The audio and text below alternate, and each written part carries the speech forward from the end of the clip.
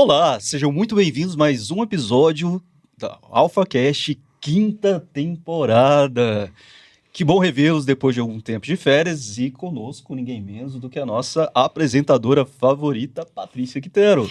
Seja bem-vinda. Olá, Augusto. Que saudade, né? Tava com saudade de você. Tava com muita saudade. Você aproveitou as férias? Eu corri muito, e você? Trabalhei bastante. Então a gente não teve férias. Tipo isso. Mas que bom estarmos de novo, né? A quinta temporada, depois da quarta ter sido um grande sucesso. Esperamos que essa também seja. Contamos com a audiência de vocês, né? Com a escuta, com as dicas, como sempre, os directs que ajudam tanto a gente. Com as participações. Muitas participações. E a gente já iniciou com um tema que está bombando nas redes e que é tão importante para a criação, né, de uma sociedade um pouco mais, acho que inclusive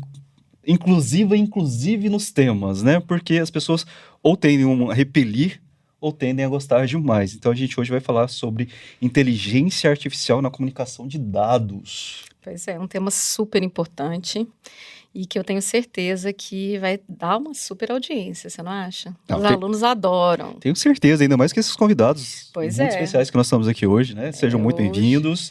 E conosco, quem está aqui hoje? Olha, hoje nós estamos recebendo o Júlio Barreto e o Renato Borges, o professor Renato Borges. Bem-vindos, professores. Bem-vindos, Júlio Barreto. Ele é engenheiro da computação, também publicitário, olha só. Exatamente. Líder de produtos em uma empresa secreta. Olha, adoro coisas secretas. Eu quero saber tudo sobre isso. Vem aí surpresa. Segredo aqui não vai, né? Desenvolvedor de design e sua prova, é o lema dele, né? Sua prova que errar é aprender a se levantar. Olha a frase. Já começou com a frase. Ele já tem uma frase. Publicitário, Você né? viu? Formado em publicitário é publicidade, assim, ó. Sua jornada é a prova de que errar é aprender a se levantar. Seja muito bem-vindo, Júlio. Obrigado. Um prazer, gente. Seja muito bem-vindo, eu fico muito feliz. O Júlio foi meu aluno. Verdade. Quem não foi, né? Ele foi meu aluno lá na PUC, aluno nota 10, viu? E aí, quando falou, vamos conversar sobre inteligência artificial, eu não pensei em outra pessoa senão ele. Então, eu fico muito feliz de te ter aqui no nosso AlphaCast, porque eu sei da sua competência e o tanto que eu estou feliz, tenho certeza que você tem muita coisa a nos contar sobre esse mercado. Obrigado. O bom desse AlphaCast é que metade de Goiânia já foi seu. Metade foi meu aluno e outra metade foi seu. Exatamente. E conosco também, quem está conosco? E aí? Renato Borges. Obrigado. O nosso Renato. E por que nosso Renato? Porque é o nosso professor. Aqui com a gente, né? Maravilhoso, super parceiro, super amigo. E aí? Eu não tenho nem roupa para falar esse currículo dele. É difícil, né? Olha, falar do Renato, gente, não é fácil. Porque o Renato, ele é tanta coisa. Ele é professor universitário, escritor, TI educacional, jornalista, terapeuta, psicopedagogo e especialista em neuropsicologia e desenvolvedor de aplicativos. Ele é mestre pela Universidade Mackenzie de São Paulo, com ênfase em filosofia da religião e ética, trader na Bolsa de Valores e criptomoedas, possui pós-graduação em docência do ensino superior, metodologia do ensino de filosofia e sociologia pela UCAM do Rio de Janeiro, MBA em finanças, empreendedorismo e marketing pela UniFB, computação gráfica, psicanálise clínica, psicopedagogia e neuropsicologia. É graduado também em pedagogia pela Universidade Estadual de Goiás. Né? Só isso. Você faz mais alguma coisa da vida? Olha, eu faço, você tem mas eu- família? você respira. Faço, tenho 2 filhos maravilhosos, uma esposa linda, maravilhosa, de quem eu pretendo, né, sempre estar dando o meu melhor para cuidar. E também tenho outros trabalhos também dentro da área, da escrita e outras áreas também. Que coisa boa, eu fico muito feliz, né? Eu falei brincando, é lógico que a gente sabe que você tem família, que você luta pra caramba. É verdade. Mas é isso aí, eu fico muito feliz porque o Renato é nosso parceiro aqui, né? Nosso parceiro, nosso professor aqui dos cursos de comunicação, jornalismo, publicidade. Ele produz um jornal chamado... Alfa Jornal. Então, que é uma produção dos alunos do curso de jornalismo. Então, eu fico muito feliz de poder contar com você mais uma vez nessa jornada. Eu que sou grato.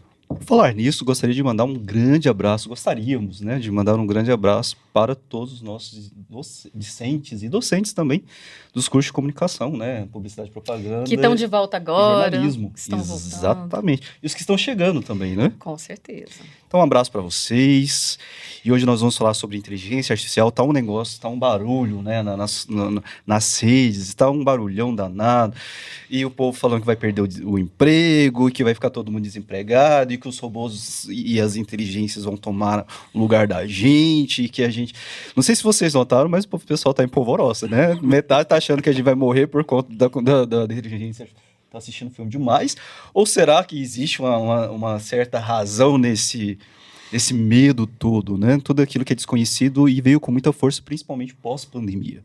Até então era um tema que era conversado, era um tema falado, e eu me lembro da primeira vez que escutei e li a respeito foi quando aconteceu com o Google, se eu não me engano, eles estavam fazendo um treinamento com a inteligência artificial, e parece que ela começou a interagir de uma maneira diferente, eles desligaram esse processo, e aí depois veio o 3.5, e aí o 4.0 parece que também em alguns países é até proibido, né, o 4.0. Nós gostaríamos de conversar um pouco sobre o que vocês acham, né? Antes disso, Patrícia, nós esquecemos uma coisa muito importante. Eu só tô te manjando. Sério? De falar do nosso novo parceiro, Lógico, né, cultural. Como que a gente começa a nossa 5ª temporada sem falar do nosso novo parceiro? Das parcerias, né? Olha aqui, ó. For Prime. Isso mesmo, a For Prime que está conosco aqui agora, nossa empresa de marketing, né? E a For Prime, qual que é o slogan? Me conta. Eu tentei eu não consigo lembrar o slogan da minha própria empresa, então não me ajuda. Então eu vou falar. Por favor. Excelência é nosso lema e o seu sucesso é a nossa missão. For Prime. Simples assim. Simples assim. Né? Gostaram? Olha que caneca mais linda, gente. Ganhei hoje. Viu o desenho? Ó. Olha que desenho. É legal. Ainda mesmo. Nosso parceiro dessa temporada. Nós acreditamos muito, a For Prime acredita muito que somente a educação e a cultura podem transformar um país. Então foi por isso que nós entramos com essa parceria, porque nós também somos parceiro da área de comunicação, da área de negócios. Enfim, eu acho que a educação é o que nos salva, né? Um país tão, às vezes, empobrecido de políticas públicas que possam favorecer a educação, educar, o aprender, o conversar, Sim. que é tão importante, né? E esse programa é sobre isso, é sobre trocar ideias, às vezes divergentes, às vezes convergentes, mas sempre sairmos daqui um pouco melhores do que quando nós entramos. Ok. E vamos lá, né? Vamos conversar sobre inteligência artificial? Vamos lá. E aí, vamos começar pelo Júlio. O Júlio tá quietinho, não tá? Eu também tô achando o Júlio muito... Tô achando ele muito tímido. muito Eu sou tímido. introvertido, né? Vou me soltar. Então, Júlio, dentro dessa perspectiva de inteligência artificial, tem um certo medo. Inclusive entre os mais entusiastas, né? Eu vi que houve uma carta dos 100 maiores entusiastas dessa área, inclusive pedindo para dar uma freada, né? Inclusive quem estava bancando o negócio. Né? Como é que está esse movimento? Na hora que eu vi essa carta, eu falei assim, gente, ferrou tudo. Agora o negócio ferrou de vez, né?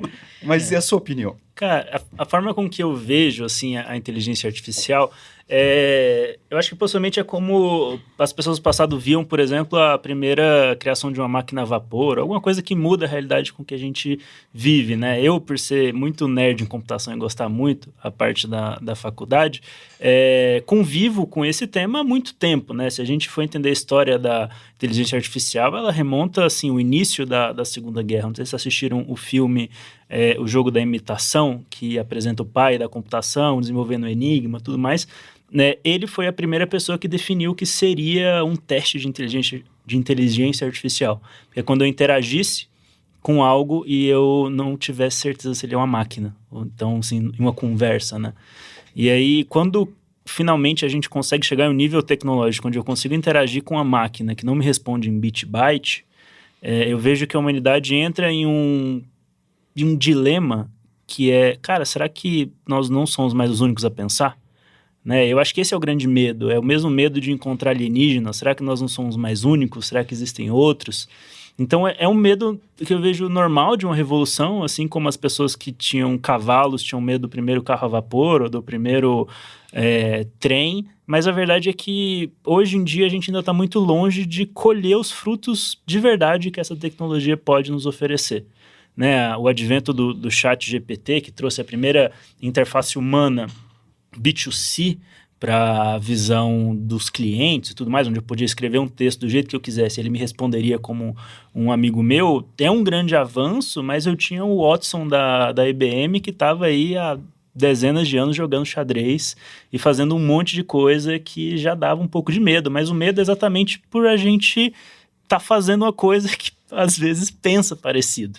E aí, se a gente não for o único ser inteligente? Medo do desconhecido, né? Como todas as grandes transformações. Exatamente. E, assim, na minha visão, é uma revolução industrial que começa, mas que começa, né? O tempo que a gente levou para descobrir o que fazer com vapor foi muito tempo. E o tempo que a gente vai levar para entender o que realmente se usar com a inteligência artificial também vai levar muito tempo. E aí tudo vai depender do que a gente decidir fazer, né?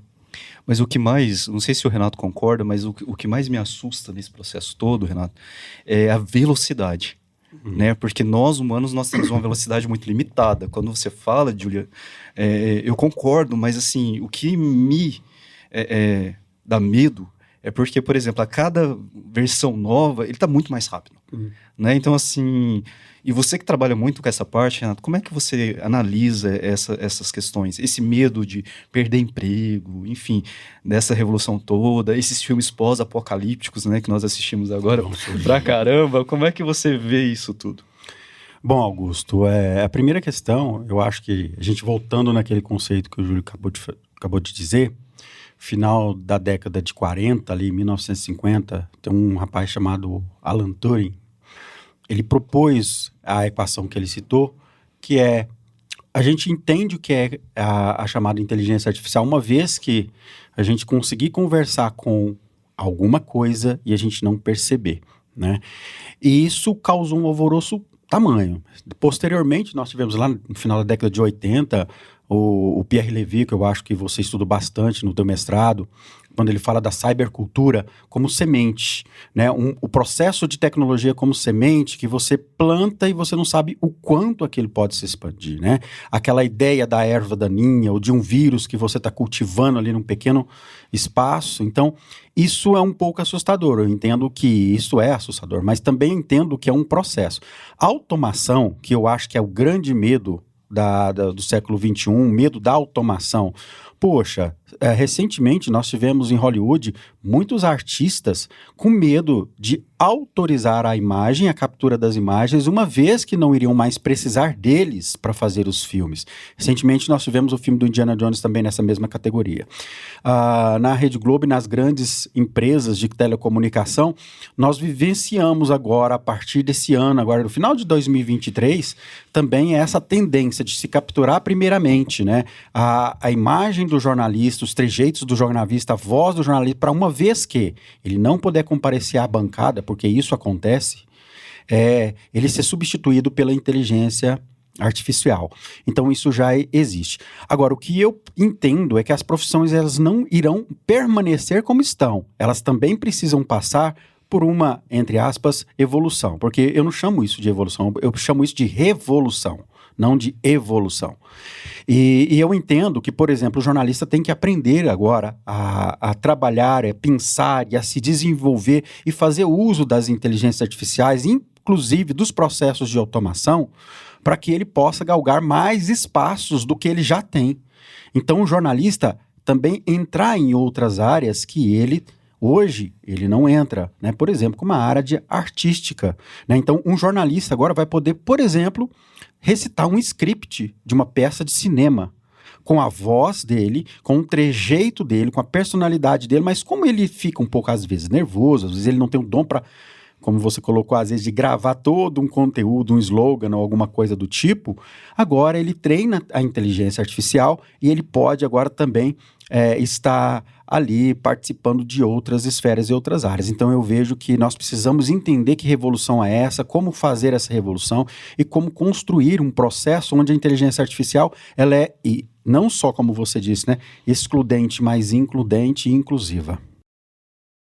E é complicado, né, Patrícia? Eu estava lendo esses dias que o Elon Musk previu que a inteligência artificial vai tornar todos os empregos obsoletos. Eu acho isso que... Eu, na verdade, eu não acredito nisso, né? Eu acho que é muito do que o Renato falou, né? Eu acho que nós temos que nos adequar e toda e qualquer profissão precisa se adequar, até mesmo de professor, né? A gente se adequa tanto a isso. A gente sabe que a inteligência artificial ela está aí presente na vida dos nossos alunos, que eles utilizam, a gente também precisa saber utilizar e precisa ensinar isso, né? Ensinar, Exatamente. porque eu acho que, principalmente quando se trata de ChatGPT e essas, que a princípio, né, são as mais simples, né? Porque a gente está falando de plataformas simples de utilização. Se você não souber fazer a pergunta certa, também de nada adianta, né? Sim. Então, é saber utilizar também, é ter a consciência de que você tem que saber utilizar e saber fazer as perguntas corretas para poder obter os bons resultados, né, gente? E uma reflexão que eu faço muito sobre esse medo do desemprego estrutural, de uma nova tecnologia, né? Esses grandes figurões que falam que o seu emprego vai acabar e tudo mais, são pessoas no topo de empresas que estão tentando reduzir o custo de obra deles desde que a empresa foi inventada, né? Então, as 3 revoluções industriais nada mais foram do que diminuir o custo e aumentar a produção, assim como eles almejam que essa nova tecnologia vai fazer a mesma coisa. Só que, na minha visão, tem uma questão inerente assim, à humanidade, é que o humano faz para o humano. E a gente tem uma tendência muito forte de recusar coisas que não foram feitas por pessoas. Então, por mais que assim facilite as coisas, eu trabalhei durante alguns anos no desenvolvimento de robôs para áreas de back-office, né? E aí tinha muito medo de falar assim, cara, meu trabalho é fazer planilha. Você fez um robô que faz essa planilha para mim, eu vou perder meu emprego? Eu falei, não, agora você vai aprender a usar o programa que faz novas planilhas. E aí você vai evoluindo e evoluindo, porque no final, assim, sinceramente, não existe gestor que confie um relatório que não passou pela mão de alguém. Foi 100% computadorizado, foi 100% feito.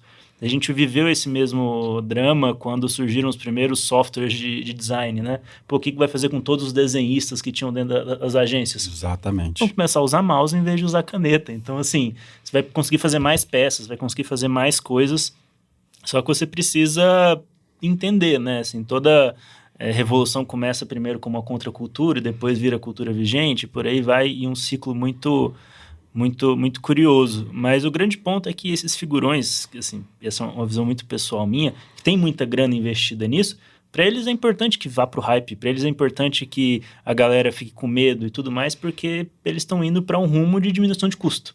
Então, se eu conseguir investir em uma ferramenta que diminui meu custo, é melhor para mim. Né? Assim, eles acabaram de lançar agora a primeira espaçonave que saiu hoje, com 4 tripulantes, que foi totalmente comandada por robôs. Então, assim, pô, para SpaceX isso é muito bom, né? Mas mesmo assim foram 4 pessoas lá para cima. A substituição do humano, ele nunca vai vir, assim como o Durkheim fala sobre a divisão do trabalho, ela é infinita, ela sempre vai se dividir a partir que haja uma necessidade ou uma nova tecnologia. Então, o medo, para mim, não é sobre a substituição, mas é sobre a atualização. Né? Assim, eu preciso me sentir com uma pessoa que se atualiza sempre e não vê essa nova coisa como um grande inimigo. Às vezes ela pode deixar meu trabalho menos chato ou mais divertido. Mas, Júlio, querendo ou não, assusta. Isso eu falo porque, por exemplo, quando eu fui estudar no Japão, nos anos 2000, quando eu desço do aeroporto, eu vou pegar o ônibus que leva para o aeroporto doméstico, sabe, sai do internacional e vai para o doméstico, na hora que eu entro no ônibus, cadê o motorista? Já era sensores, né? Então já era, todo o traçado era feito através de sensores à época, né? Então ele já conseguia entender o caminho ali e não ia bater em nada. E aquele negócio me deu um desespero, né? Um recém-goiano saindo do Brasil, chegando no negócio, fala assim, cadê o piloto, moço? Eu quero descer. Né? De repente você pega um trem que chega a 300 e tantos quilômetros por hora, você atravessa o Japão inteiro. E você nem sente. Entende? É muita modernidade, é muita inovação. Por outro lado, também vem os tradicionalistas. Por exemplo, eu pego a ideia dos desenhos da Disney que eram feitos à mão, aquela coisa da arte em si. eu sinto saudade da arte, do desenho realmente, né, feito à mão. Porque, não que eu não ache bonito esses desenhos todos feitos em computação gráfica, né? Mas a gente pega, né, Renato, 2, 3, 5 anos para criar Isso. né, passo a passo, quadro a quadro. E eu vi um movimento, estavam falando, me veio essa ideia, agora, no final do ano, dos dubladores. Eu sou Augusto Nerical, eu sou a voz de fulano de tal. Vocês viram isso? Vi. No mundo inteiro. Por quê? Exatamente por causa do que você está falando, né? A tecnologia já pega a voz do ator e já está indo para as outras línguas. Eu falei assim, gente... E ao mesmo tempo que eu sou entusiasta da tecnologia, até porque parte do meu mestrado foi em humanidades digitais. Sim. Mas aproximar o humano do digital é uma coisa muito complexa, porque esbarra em vários portais, desde a cibercultura até a questão cultural mesmo. E nós temos uma resistência, né? Inclusive, quanto à tecnologia. Nós temos muito medo da tecnologia. Por mais que a gente fale que nós somos tecnológicos, nós ainda temos. A sala de aula ainda não é um lugar em que as pessoas gostem, por exemplo, dos alunos trabalhando com o celular. Vários colégios ainda proíbem. Ensino médio, né? Porque você não está estudando, você está ali, né? Como se o celular ou não fosse fazer diferença num aluno que não quer prestar atenção. Então, isso acho que precisa ser mais trabalhado, precisa ser mais discutido, assim como nós estamos fazendo aqui, para que as coisas fiquem um pouco melhores, porque a tecnologia é uma coisa que veio para ficar, independentemente da nossa vontade. Concordo? Acho que nisso a gente concorda, né? Com certeza. Agora, se você gosta ou não, ou enfim, tem dinheiro ou não para trabalhar esse contexto. Tratando disso que você está colocando, recentemente, o TSE, acho que foi dia 27 agora, se não me engano, soltou uma legislação dizendo que agora nas próximas eleições nós não podemos usar a tecnologia, por exemplo, do HiGen, que é esse que você substitui a voz, a pessoa, né? Que tem um acesso livre, facilitado para qualquer pessoa que entrar no site, fazer o cadastro, usa gratuitamente. Lá você acha que consegue gravar 5 minutos, 6 minutos, né? O suficiente para fazer uma fake news, né? E essa determinação do tribunal é dizendo que nenhum candidato está autorizado a utilizar imagem, voz ou vídeo utilizando inteligência artificial. E que quando precisar fazê-lo, por conta de que precisa fazer uma gravação para um discurso na rede social e no momento está em um palanque, alguma coisa do tipo, se precisar, tem que vir uma tarja na parte de baixo dizendo esse discurso, essa imagem, esse vídeo é fruto de inteligência artificial.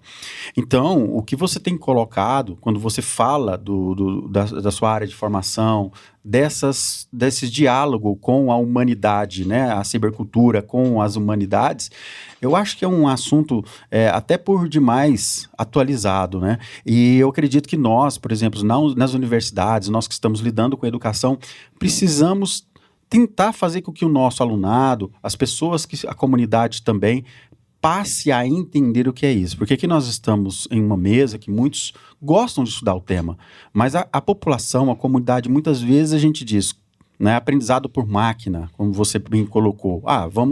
O que me assusta é como a máquina aprende muito rápido, né, o machine learning. Tem uma linha de machine learning que a gente usa na programação, meu amigo aqui, eu acho que deve entender até mais do que eu sobre o tema, porque eu trabalho mais com pequenos aplicativos, essa área é também em cloud computer, mas é mais para aplicativos pequenos, que é quando você condiciona a máquina, ela olha o ambiente e ela começa numa tentativa-erro, produzir resultados. A gente chama isso de treinamento.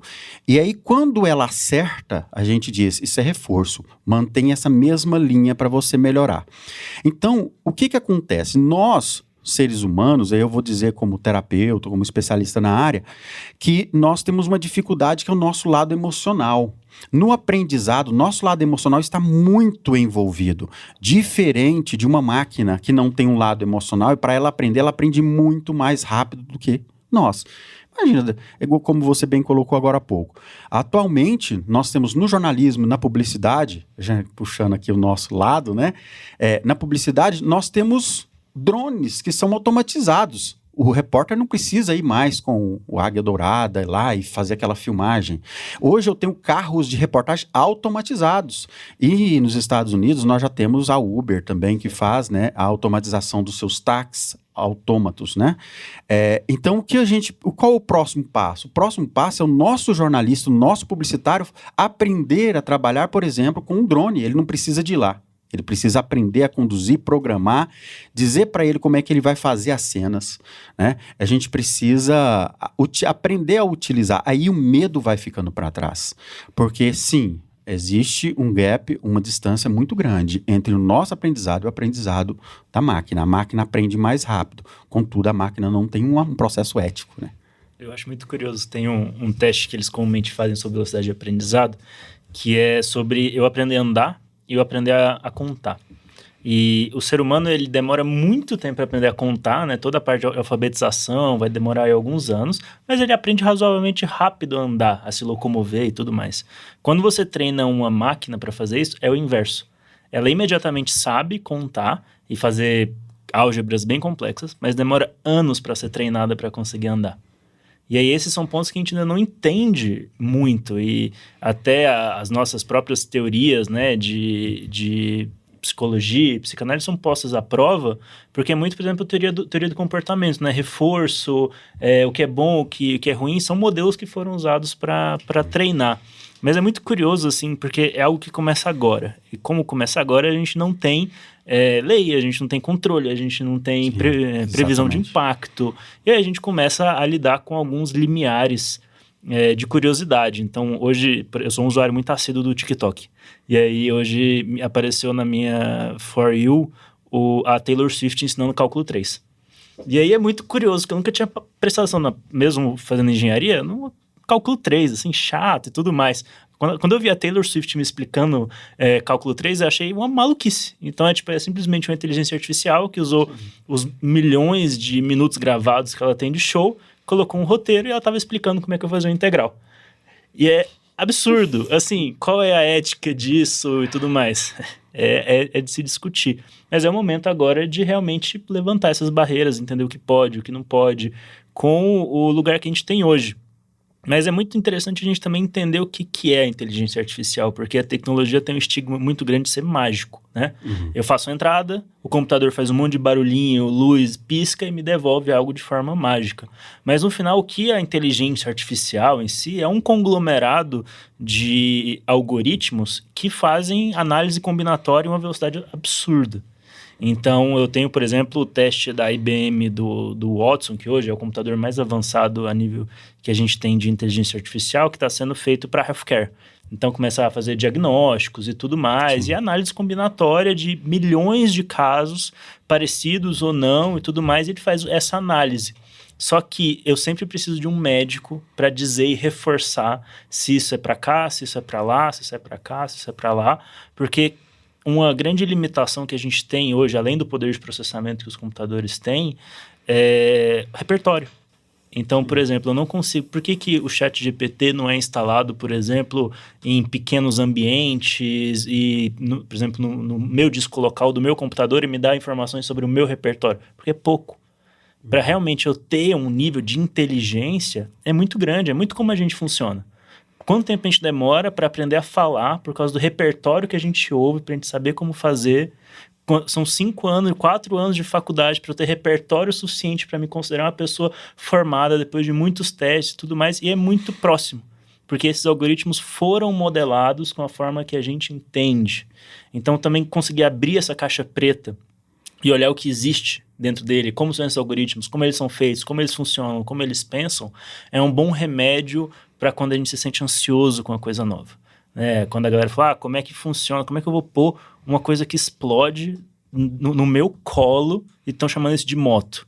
Se eu entender como funciona o motor a combustão, eu falo, não são explosões, são deflagrações que acontecem ali dentro e é muito raro de explodir. E esse tipo de coisa começa a tirar o místico que existe. Eu tive que fazer muito esse trabalho quando a gente estava fazendo automações dentro da área de contabilidade da empresa que eu trabalhava, porque eram pessoas que não tinham uma formação em tecnologia. Você chegava com um monte de nerd, né, quase vestindo jaleco, clicava 3 botões e o trabalho que demorava 1 hora, agora demora 5. É mágica. É muita mágica. E aí o trabalho que a gente fazia era educacional. Eu falava assim, galera, vamos abrir juntos? Deixa eu te formar para você também fazer um seu, para você também ter autonomia, para você também poder construir. Hoje o conteúdo é muito acessível, mas muito disperso. Mas sempre você ter o costume de abrir essa caixa preta e ver o que existe lá dentro é um ótimo remédio. Porque ou você entende, se anima e sabe controlar, ou você pode ficar desesperado com argumentos. E aí é isso, porque a mística é muito perigosa, na minha visão. E aí, Patrícia? Realmente, Complexo, né? é bem complexo, né? Mas eu acho que a inteligência artificial, ela veio para melhorar a gente, né? Eu acho que tudo que está acontecendo em termos de revolução tecnológica, ela vem justamente para instigar, né? E para fazer a gente pensar e argumentar. Então, muitas vezes, é lógico, né? Eu acho que é muito do que o Renato falou.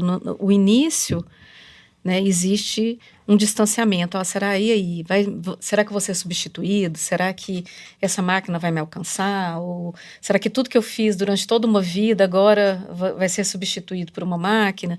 Mas eu acho que eu tenho comigo que o grande diferencial é a humanização, né? Eu acho que por mais que a inteligência artificial ela esteja e seja uma realidade e esteja aí para nos ajudar e nos ajuda muito, eu acho que esse é o objetivo. Os seres humanos eles têm que se concentrar em áreas que requerem empatia, que requer ética, habilidades exclusivamente humanas, digamos assim, né? Porque eu acho que isso não vai mudar nunca, né? Então esse é o grande diferencial. Então eu acho que quanto mais humano a gente for, melhor a gente vai conseguir lidar com tudo isso, porque eu acho que esse vai ser o diferencial, porque em termos de inteligência, eu acho que nada supera a máquina, né? Então, assim, a rapidez, pelo menos, né? A forma como as coisas são colocadas. Então, eu entendo que o futuro com a inteligência artificial é esse, né? É a gente saber lidar e, principalmente, entender, né? E humanizar dentro do processo. Ser o ponto de equilíbrio humano necessário, porque somos seres sociais, né? Talvez, eu concordo, mas talvez o ponto mais complexo seja o direito sobre o direito. O direito sobre a tecnologia, né? Sobre essas pontes, por exemplo. Vamos pegar aquele caso em que adolescentes colocaram o rosto, lembram disso? Das adolescentes do colégio nuas, num vídeo e gerou um bafafá danado aquilo ali. Sim. Né? A inteligência artificial foi utilizada para o lado ruim. Quantas fake news com o rosto, por exemplo, Drauzio Varela, do próprio Bonner, enfim, já não rodam por aí. E levam pessoas a fazerem coisas extremas. Mas né? é a relação ética, né? É a hora Então, que mas fala. e aí é o que você falou, é muito importante discutir isso. Mas a ética ela também perpassa o direito, né? Porque até que ponto? Por exemplo, um bafafá danado ano passado foi aquela propaganda da Volks, com a Elis Regina e a filha. Né? E aí, até que ponto trazer... E até teve uma cantora que morreu, você estava falando, eu lembrei disso, lá na Inglaterra, e ela falou, não aceito que utilizem a minha voz nem minha imagem. Não foi uma coisa assim? Para nada que seja inteligência artificial. Porque quando eu vi, eu sou fã demais da Elis. Né? Minha geração escutou demais Elis. Nossa. E aí, de repente, eu a vejo com a filha numa música que descontextualizada, né? Se você pega a letra da música, não tem nada a ver com aquilo ali, mas enfim, vamos tirar a música de lado, interpretação de texto. E aí você vê Elis ao lado da filha e é real. Sim. Né? E como é que é a voz, enfim, todo um... E aí fala, a família aceitou e tal, mas aí a gente fica eu né, trabalho também com marketing, etc e tal, vocês todos, nós todos, né, trabalhamos nessa área, acho que todo mundo. E eu fiquei, juro pra vocês, mesmo sendo grande entusiasta da tecnologia, eu me senti incomodado, né, com a questão do, até que ponto vai, essa questão ética mesmo, até que ponto a gente pode ir, pelo engajamento, pelos likes, né, por causa de uma boa propaganda. Eu tava falando isso com os meus alunos semana passada. Ideia, né? É o BK, né? Acho que pisou o pé no acelerador, foi de 0 a 100 muito rápido, né? A ideia foi excelente. Mas será que precisava? Né? A mesma coisa da Madonna com Itaú, que foi ela que produziu, foi a primeira vez que uma propaganda foi feita pelo próprio artista. E chegou a mais de 1 milhão de likes e visualizações. E, entende? São caminhos. E é isso que você falou, Patrícia, eu acho que é fundamental. A gente precisa discutir mais. A ética, inclusive, na inteligência artificial. Até que ponto? Por isso que os grandes entusiastas também pediram, vamos dar uma pausa aqui, porque alguma coisa deu errado quando ele começa a fazer coisas que são considerados humanos, pensar, né? Que é burlar a regra para conseguir uma senha para poder descobrir uma resposta. Isso é humano. É o jeito humano de lidar com situações que potencialmente na computação seria algo improvável. E isso gerou também dentro da comunidade científica né? E eu queria ver como que vocês... Foi o GPT-4 já, né? Mas o engraçado... É engraçado que o objetivo do Turing construir um computador era atingir isso, né? Ele cria o teste nesse objetivo e aí eu volto no que eu falo no início. É muito um medo egóico de existir outra coisa que faça coisas parecidas com a gente. Somos os únicos... Temos que ser, assim, eu quero tanto encontrar outro que eu crio, eu vou para o espaço, eu entendo, e aí é uma luta, mesmo assim, egóica de assim, cara, eu saí da caverna, eu vi uma coisa muito parecida comigo, eu vou voltar.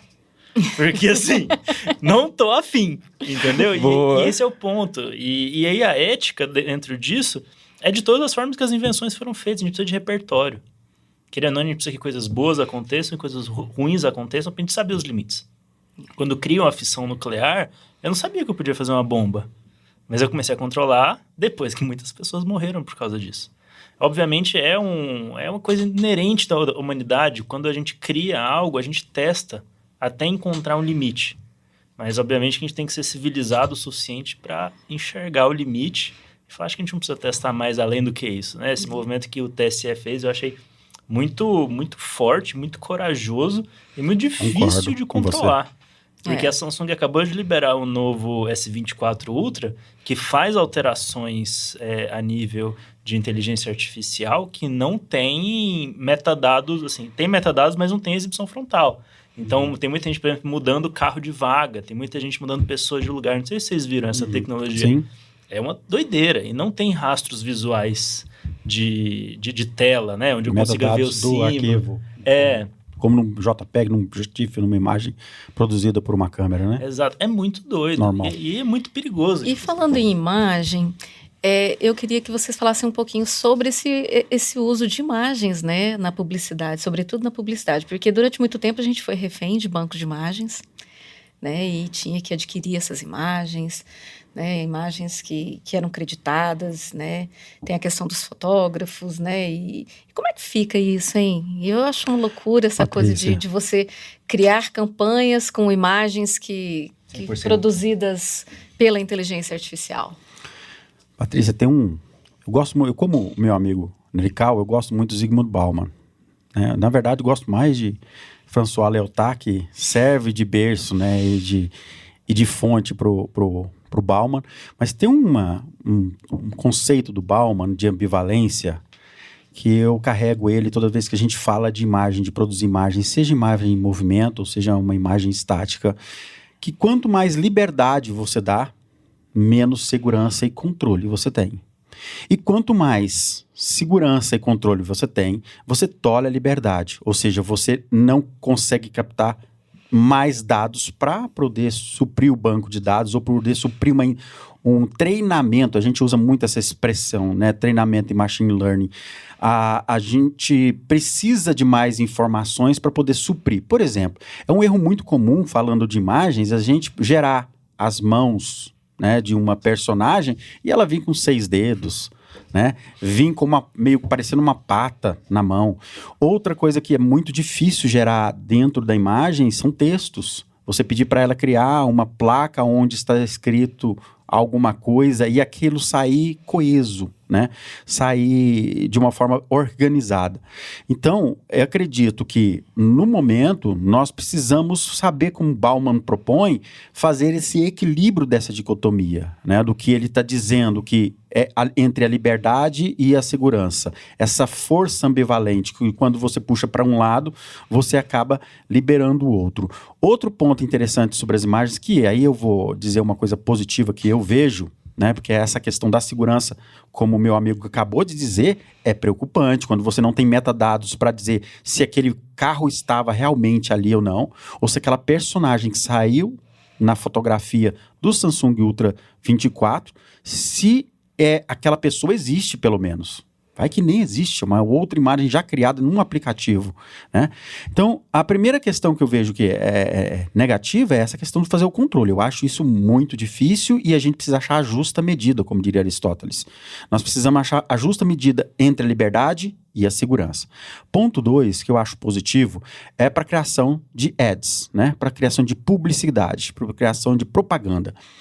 Hoje, você tem centenas de aplicativos, começa com o Dolly, passando pelo Runway, que pode criar vídeos também. Você tem a própria ferramenta da Microsoft, né, que também cria vídeo, a Microsoft Image, que cria também vídeo. E tem centenas de outros, até o mesmo Canva, um aplicativo gratuito que tem ali dentro, algumas aplicações que também são gratuitas para você usar e gerar imagem. Desse ponto de vista, a gente tem duas considerações a fazer, pelo menos eu, enquanto uma pessoa que mexe muito com ads, né? Seja no TikTok, seja no Meta, seja no próprio Google. A cada vez mais, quando eu acesso o Meta Ads, ou quando eu acesso TikTok Ads ou Google, eu percebo que o processo de automação para aquele meu público que eu estou segmentando na hora de prospectar a minha propaganda, está cada vez mais com inteligência artificial. A inteligência artificial parece que dessas plataformas que trabalham com publicidade, elas estão lendo já a minha intenção, tá? E aí me ajudando a construir a minha publicidade. Seja para falar, por exemplo, como a Prime, né? Ou seja, uma propaganda da AlphaCast. Então, ela já lê a minha forma de pensar e já me traz um arcabouço de opções para que eu afunilhe ali, prospecte melhor o meu público. Outro ponto interessante é para o cliente.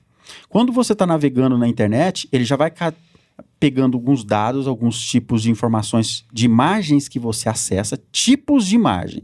Se as suas imagens são mais erotizadas, que você procura para quando você compra um produto. Será que eu compro mais produto quando uma imagem está erotizada, infantilizada, ou que tem um viés mais tecnológico? Que tipo de imagem eu consumo mais? E aí ele me mostra aquele produto com aquele perfil de imagem, com a intenção do produto que eu quero comprar. Então, eu acredito que o publicitário, quando ele vai hoje trabalhar com o mercado, ele precisa estar ciente das potencialidades da produção da imagem e da construção da publicidade a partir da inteligência artificial. É muito curioso, assim, eu gosto de ver de um prospecto que todas essas tecnologias são produtos, né? Eu preciso pagar para usar, e mesmo o Canva que é gratuito, a gente chama de freemium, né? Porque ele é grátis até um ponto, depois tem que pagar para usar. Como que é? Eu gostei eu gostei também. Né? Como é? Freemium. E por ser um produto, ele entende lucro e ganho, né? Então tem funcionalidades, tem uso, eu acho muito legal. O meu TCC, inclusive, nessa faculdade, foi uma ferramenta de IA para automatizar a parte de Google Ads, Meta Ads e tudo isso.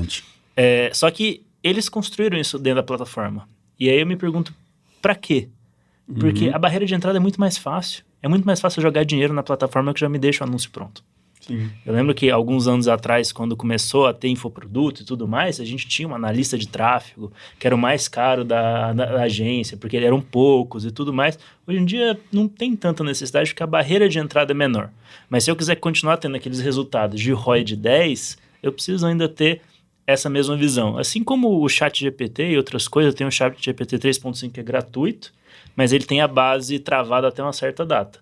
O 4.0, por um pequeno preço, você tem acesso ilimitado. E todas essas plataformas são nada mais que produtos. E aí a gente precisa entender a curva natural de um produto, que é muito parecido com as curvas de marketing, onde eu tenho o lançamento, o early adopter, os pre-users, users, aí ele escala e morre. Então hoje a gente está muito numa visão de... Tenho algumas plataformas já em momento de ascensão, como o ChatGPT que explodiu, o caso da NVIDIA agora, não sei se vocês acompanharam, a empresa que faz GPU, que explodiu também, porque é a principal fonte de matéria-prima de cálculo GPU. para isso. Eles, assim, ultrapassaram a Intel em uma velocidade absurda. E também eles têm um software que eu achei genial, que precisa até baixar, mas ele só para Windows, infelizmente, que você começa a fazer borrões numa tela, ele faz um desenho para você. Só que isso só funciona se eu tiver uma GPU deles, que hoje em dia custa aí quase uma bis. Então, assim, é um lugar onde, querendo ou não, é uma indústria. E aí a gente sempre precisa refletir sobre, beleza, eu tinha um professor meu de história que falava que era, o Batman sempre faz a mesma pergunta, quem sai ganhando? Então, quando eu olho para essas ferramentas e tudo mais, é tipo, quem sai ganhando? Então, por que essas barreiras de entrada que são quebradas, essas facilidades que são feitas, são novas assinaturas que eu coloco no meu portfólio do cartão de crédito, que eu tô lá gastando agora dinheiro com ferramentas, entendeu? Então, assim, antigamente eu via quais ferramentas meu pai usava.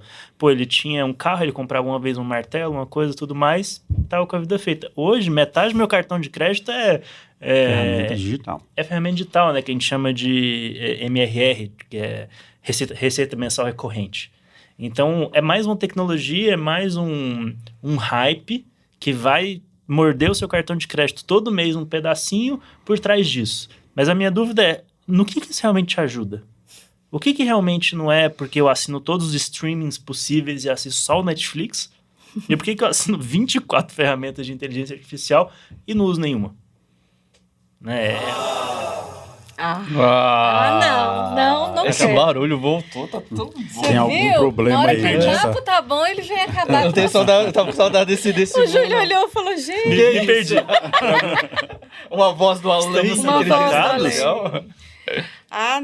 Não pode estar acabando. Mas, Júlio, você gente. falou uma coisa que eu acho muito legal, assim. Acho que a gente tem que tomar muito cuidado com os extremismos. Seja lá qual for, né? A questão da ideologia, e tudo é uma questão ideológica, né? A gente tem que tomar cuidado, porque, querendo ou não, nós somos capitalistas dentro de um contexto capitalista e é tudo produto mesmo.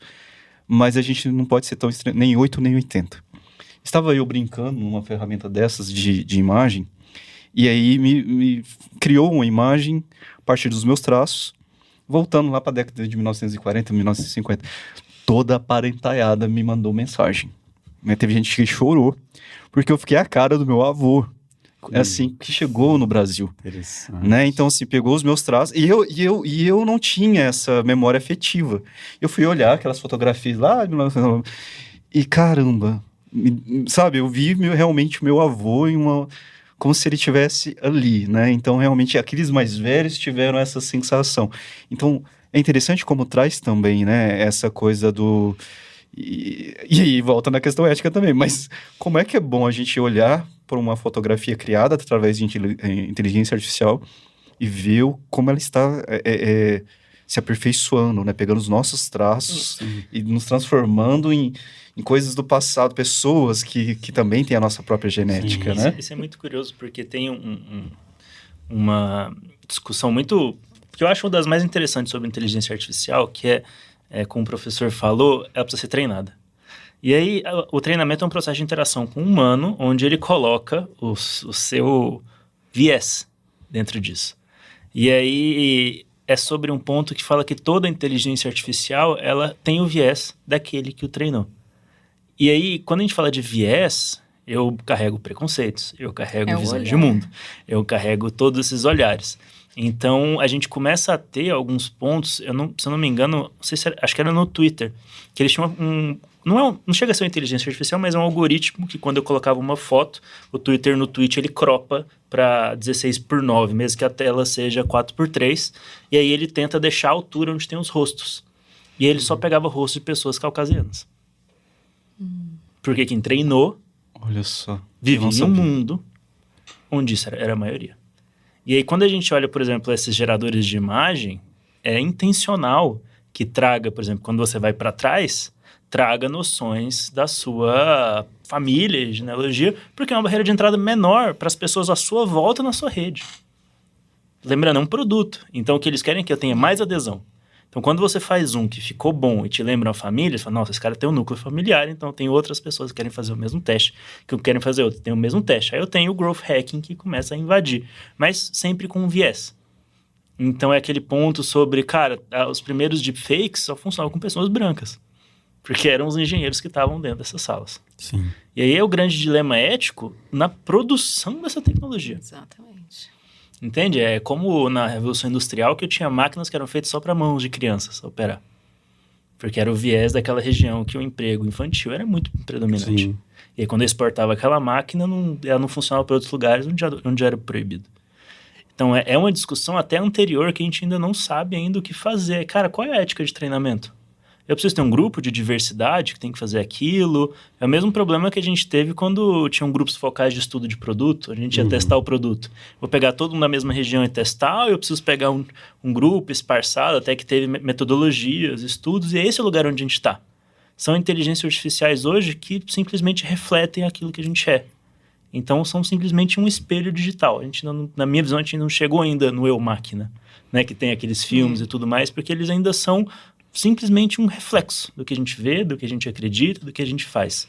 Talvez a gente tenha que deixar eles pensar um pouco para chegar na própria identidade. E aí Mas, sim ser inteligência. Júlio, acho que esse é o grande contexto, inclusive, que o Bauman entra, né? Sim. Nessa modernidade líquida, nós estamos tão fluidos que muita coisa se esbarra na nossa própria identidade.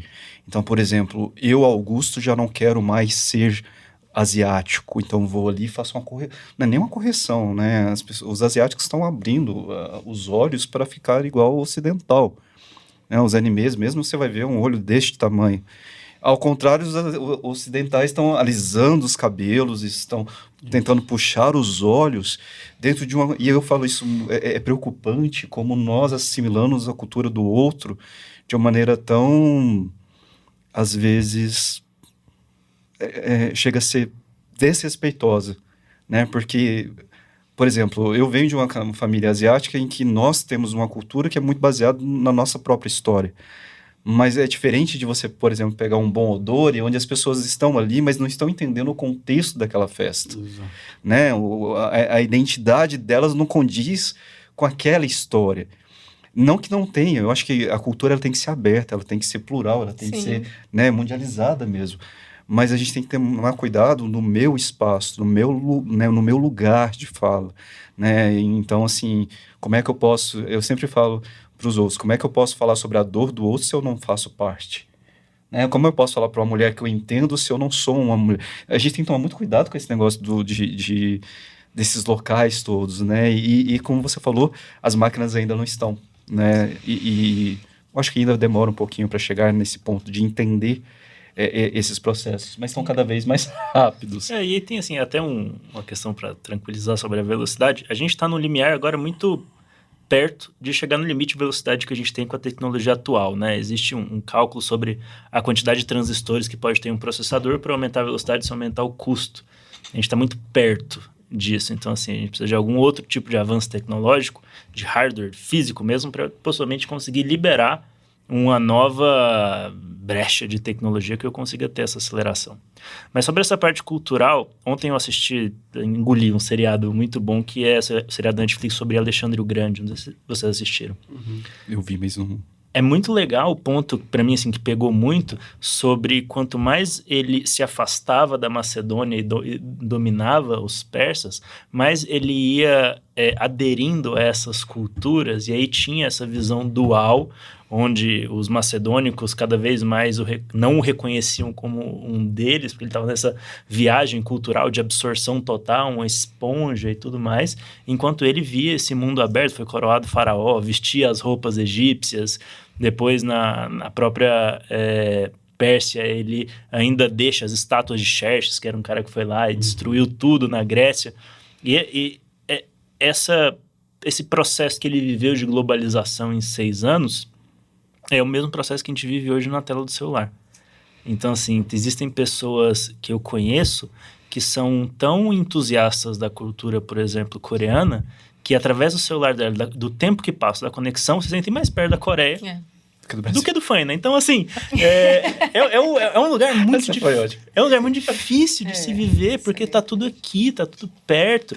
Eu imagino, assim, eu como aluno, né? O que era um celular dentro da sala de aula? Era uma janela para o mundo. Sim. Então, assim, é o lugar onde não existe o tédio, é o lugar onde existe o acesso a tudo. E aí, o que eu vejo muito sobre a inteligência artificial hoje é que ela dá pra gente o que existe para além do tudo. Então, se eu já vi de tudo na minha For You, o que existe para além do tudo? É aquilo que eu posso pedir para alguém criar para mim na hora. E tem limite, né? Essa que é a questão, né? Lembrando que o TikTok até 2026 é uma previsão de que vai passar. Por isso que o Instagram está passando por tantas modificações, né? Para tentar dar uma equilibrada. Mas já há previsões aí de grandes estudiosos que vão dizer que o TikTok é o futuro. E é engraçado que na China eles não assistem tanto, né? O TikTok é uma droga. Tipo assim, o algoritmo dele foi desenhado para te dar microdoses de dopamina nos vídeos que você faz. Inclusive, ele tem uma assertividade do que você gosta muito maior do que o Instagram. Neurológico, é um veneno. É um absurdo. Tá. Eu vou dizer como psicólogo que do ponto de vista neurológico é um veneno. O cérebro ele não pode ter uma dose contínua de tal substância a todo tempo, porque ele vai começar a perder algumas habilidades. E uma dessas habilidades que ele vai perder é essa questão da humanidade. Então, essa percepção do humano. Nós estamos falando aqui de como nos tornar melhor para espelhar melhor a inteligência artificial. Porque se nós estamos deixando a inteligência artificial, entre aspas, preconceituosa, porque a gente fala preconceito em ser humano, mas nós discutimos aqui agora há pouco que nós estamos criando imagens com preconceito. Na verdade, nós não, a inteligência artificial. Mas se nós somos o espelho disso, nós precisamos nos melhorar. Ou seja, melhorar nós mesmos como espécie humana, como povo humano, para espelhar melhor essas questões. Então, existe uma discussão dentro da psicologia muito séria sobre os níveis, por exemplo, a OMS diz que criança até 5 anos é no máximo 40 minutos de tela. E a gente tem hoje crianças até 5 anos que passam o dia assistindo YouTube. É nova chupeta, entendeu? Então é um outro momento que a gente pode até discutir um tema nesse sentido, né? Tem muito o que falar, né? Nossa, passou tão rápido. Mas chegamos na parte que eu mais gosto desse programa. Né? Não é? Qual é a parte que você mais gosta? Fala disso aí, ó. Fala. Não, você sempre fala. Agora na quinta temporada você está invertendo. Não, vamos inverter os papéis. A gente tem um quadro aqui que sempre os nossos convidados falam uma frase para deixar pro pessoal. Pode ser. O Júlio já deixou a frase dele. Ele já começou com a frase. Ele já chegou chegando. Você vê que ele já chegou chegando. A frase. Eu tenho que ouvir dele. É verdade. Cara, eu preciso ouvir dele a frase. Por favor. Que isso? Ele ficou até vermelho agora. Faz tanto tempo que eu escrevi. Alguém tem uma cola? Mas pode ser outra, Júlio. É uma frase para quem está nos assistindo. Na verdade, é um recado, alguma coisa que você possa deixar aí sobre o tema e que você acha Boa. Acho que vou ser nostálgico. Fazia muito tempo que eu não pisava em uma universidade depois de me formar. Eu acho que por ter passado tanto tempo na universidade, os últimos anos, digamos assim, o curso de publicidade em si foi uma coisa que eu tinha que ir, tinha que fazer. Mas voltando hoje aqui, vendo, eu acho que para quem nos ouve, imagino que seja a maioria alunos, é um privilégio muito bom você poder aproveitar esses anos. E todos os meus professores, todos, me falaram isso, ou no meio, ou no fim, ou no início. Em algum momento. E eu nunca acreditei. Nunca acreditei. Foi pelo amor de Deus. Principalmente quando eu comecei a trabalhar, o primeiro trabalho, o ânimo, a alegria. Mas é incrível o poder de você estar em um lugar que é dedicado ao aprendizado. E você poder errar. O poder errar, para mim, é uma das maiores lutas que eu tenho fora da universidade e no mercado de trabalho. Porque quando a gente sai da universidade, parece que a gente não pode mais errar. Que errar custa o nosso emprego, que errar custa dinheiro. E na universidade é o lugar onde a gente é feito... É o espaço para se errar, é o espaço para se tomar pancada na cara porque eu fiz alguma coisa errada, é para tomar esporro de professor porque eu entreguei um produto horrível. Mas é esse o lugar, né? É sobre aprender a errar, eu acho que a universidade é isso. E assim, quem ainda está nessa jornada e tem alguns anos pela frente, aproveita e entende que esse é um lugar seguro para se errar. Porque lá fora é um pouco diferente do que é aqui. Com certeza. E aí, Renato? Eu tô pensando de tantas frases que eu conheço. Na biblioteca. Eu acho que eu vou ficar com a do Chico Toicinho. Conhece o Chico Toicinho, Francis Bacon? Eu tô aqui, quem é Chico Toicinho? Eu tô aqui. Eu gosto da frase dele de conhecimento é poder, né? E quando ele trata disso, ele está falando não só do conhecimento acadêmico, mas conhecimento humano, conhecimento espiritual, do conhecimento de como lidar com o outro, de como lidar com a situação, de perceber, de interpretar, né? Então, a primeira frase que eu queria deixar é essa. A segunda, complementando essa frase, é uma frase que eu coloquei num livro meu chamado Além da Angústia, que foi publicado esse ano, comecinho desse ano. O ser humano é essencialmente um mistério que apenas o Criador pode decifrar. Eu acredito que nós precisamos começar a perceber, né, que nós temos muito ainda por descobrir quem nós somos. Eu acredito muito em Deus, eu acredito que a relação com Deus, assim como Carl Gustav Jung acreditava, a relação com Deus é uma relação que expande o horizonte humano. Eu acredito que Deus não pode ficar fora da discussão de tecnologia. Eu acredito que Deus precisa estar dentro desse arcabouço também, ou seja, conhecimento, Deus, o próprio ser humano, as relações entre nós. Boa.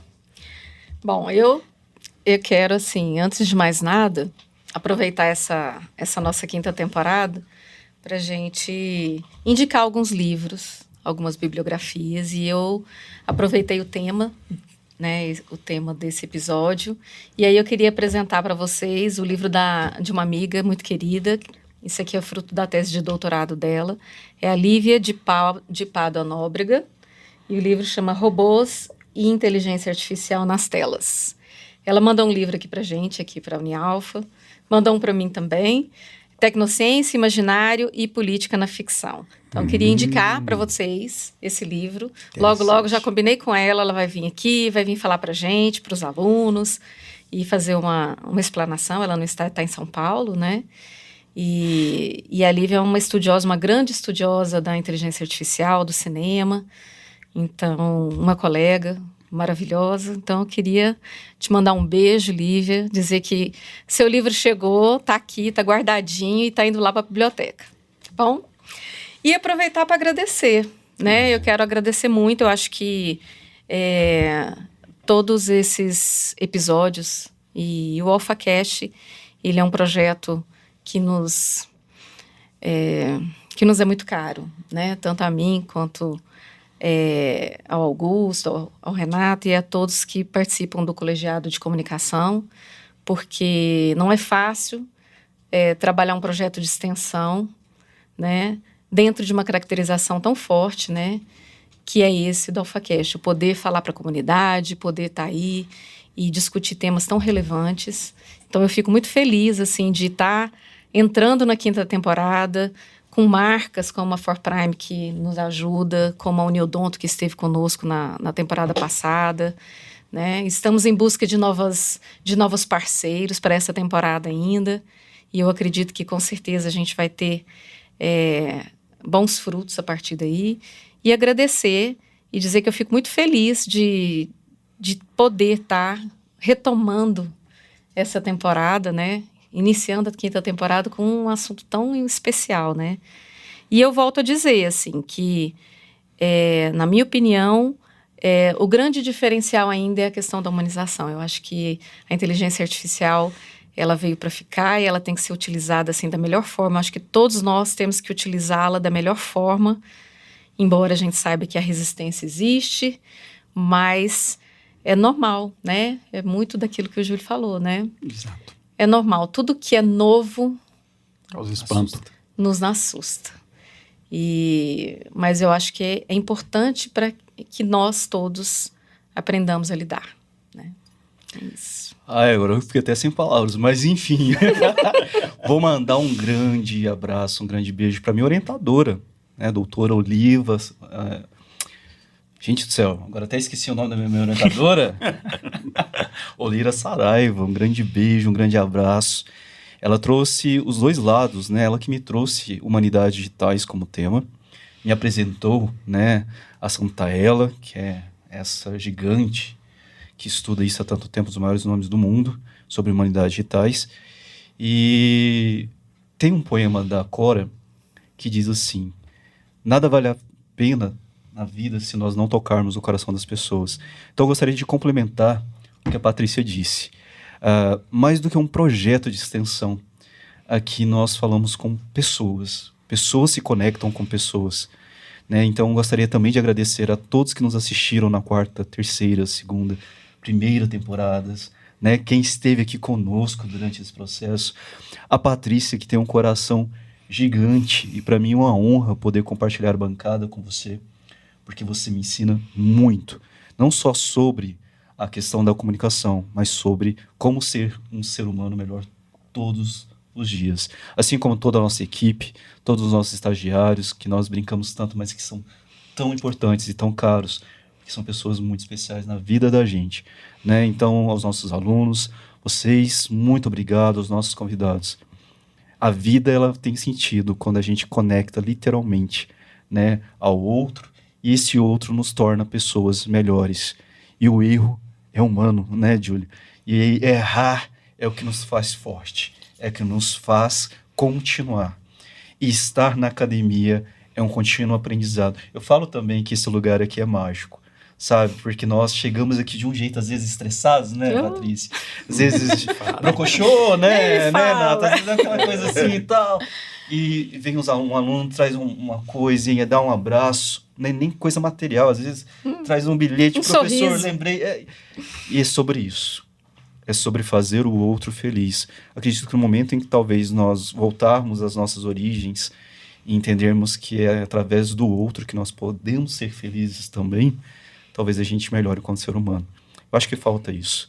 A máquina não é inimiga da gente, porque o inimigo é quem está por trás da máquina. Quem faz errado não é a máquina, né? Ela faz certinho o trabalho dela. A gente é que piora as coisas. Isso a doutora Olira, ela sempre falava. Augusto, nunca entenda a tecnologia como errada. Errada quem está por trás. Né? Ela veio para agregar, para trazer. E tantas coisas, né? Quantas conquistas.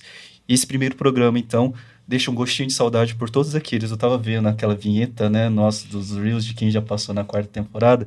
Que saudade. Então, um abração para todo mundo, né? Que nós tenhamos aí um semestre muito abençoado. Patrícia, gratidão, de verdade, por tudo. Você sabe o quanto eu admiro, publicamente, enfim.